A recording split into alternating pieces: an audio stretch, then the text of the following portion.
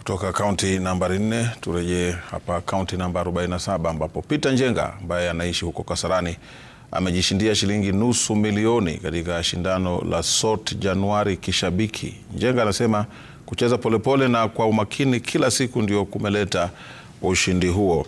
Amesema atatumia fedha hizo kuwekeza katika biashara ili kukimu familia yake. Nimesotiwa.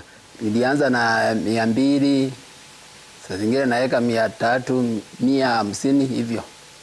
Na ndio nimefaulu nikazawadiwa 1500.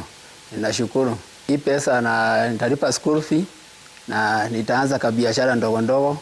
At least nilikuwa nakumbuka shabiki. Ufanye hesabu, usiwekelee yote alafu pengine hii ni bahati. Unajaribu kidogo kidogo inaenda tu.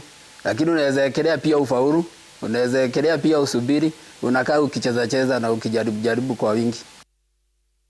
Tuelekee kaunti nambari 2 sasa ambapo baadhi ya